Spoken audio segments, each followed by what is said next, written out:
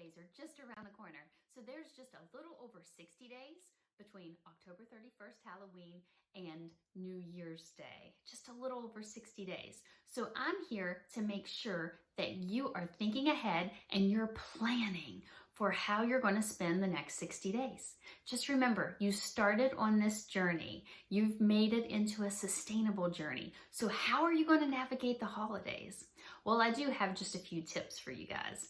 I want you to think about the holidays as just like it's another week, just another day, just what you've been doing. What would it look like if you continued with your sustainable journey through the holidays, and then come January the 1st, you were like, I feel so good.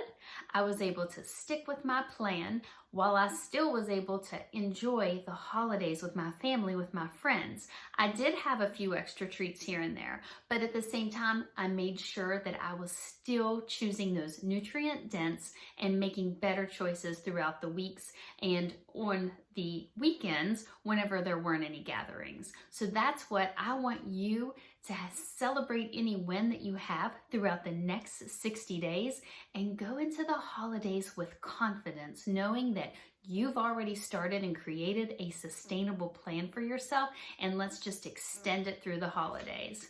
So with that, I have about 4 tips that I want to share with you for when you are going to those family gatherings. Maybe you have office parties. I mean, we have a lot going on now this year. There's a lot more things open, a lot more opportunities for us to gather with family and friends. So first of all, I want you to think just that.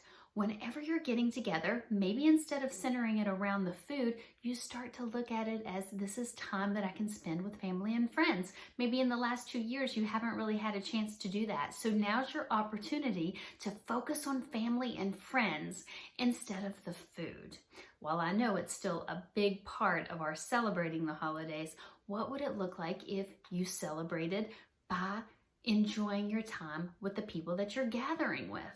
Now, tip number 2, I want you to think maybe you could swap out this year a few healthier options for those really calorically dense side dishes that you normally have around the holidays. Like maybe there's some extra whipped mashed potatoes that have a lot of extra butter and a lot of extra cream. Maybe this year you make the mashed potatoes, or maybe you just can swap it out and make it just a little bit, and I'm not going to say healthier because there's nothing inherently wrong with mashed potatoes. They do have butter, they do have cream. Those are good choices. It's just sometimes there's a little more than what needs to be in there to make them extra tasty. And then you can look at green beans. Green bean casserole is a huge side dish, I know, for the holidays. Maybe you could have roasted green beans and top them with some sprinkled pecans or some sprinkled almonds, and then maybe some sauteed onions for the top. Or we could even look at sweet potato casserole. That's very common. Those marshmallows, all those extra added sweeteners with the brown sugar. Maybe this time you could do baked sweet potatoes and drizzle a little maple syrup over it.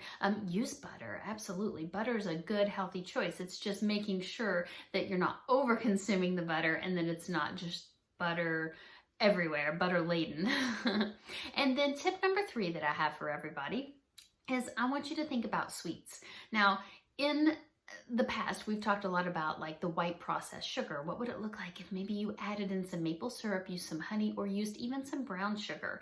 Those are better options. And I've also mentioned in the past, maybe whatever the recipe calls for, just splitting that in half.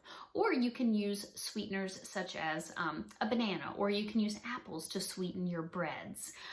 So those are just some options that you can maybe think about heading into the holidays while you're planning. And you want to be planning in advance. You know, the other night I did a live and we talked a lot about planning in advance. So why not plan for the holidays in advance? Not only can you plan your routine, but you can also plan what you're going to be doing, and you're going to be able to navigate around those social gatherings. And then you're going to be able to have a plan in place. Maybe if people come to your house, you're going to be able to make a few options, side dishes that are maybe roasted vegetables this year instead of like casseroles. You can even make healthy casseroles. It's just knowing how to swap the ingredients and just reading in advance and having a plan in advance is the best way to know what's going to happen for your holiday meals.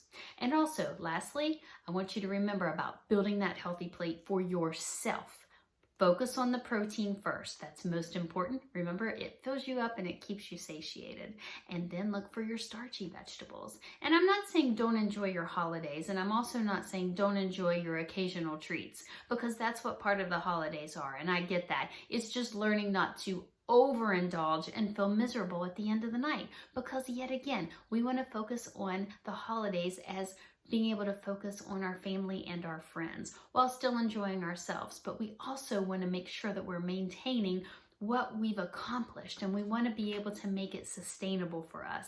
And I want everyone to feel good on January the 1st, knowing that they went into the holidays, they navigated it, they had a plan, and they came out feeling like a winner.